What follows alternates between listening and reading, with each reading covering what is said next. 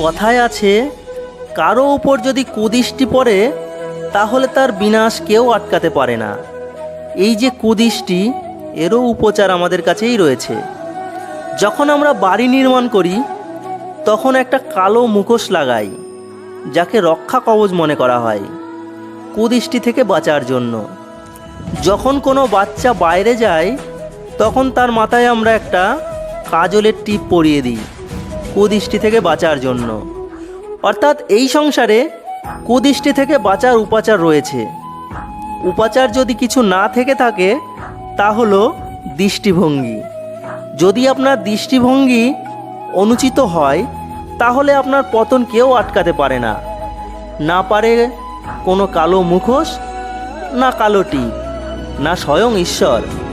সেই জন্য নিজের দৃষ্টিভঙ্গিকে শুভ করুন, দেখবেন সব কিছুই শুভ হবে। রাধে রাধে।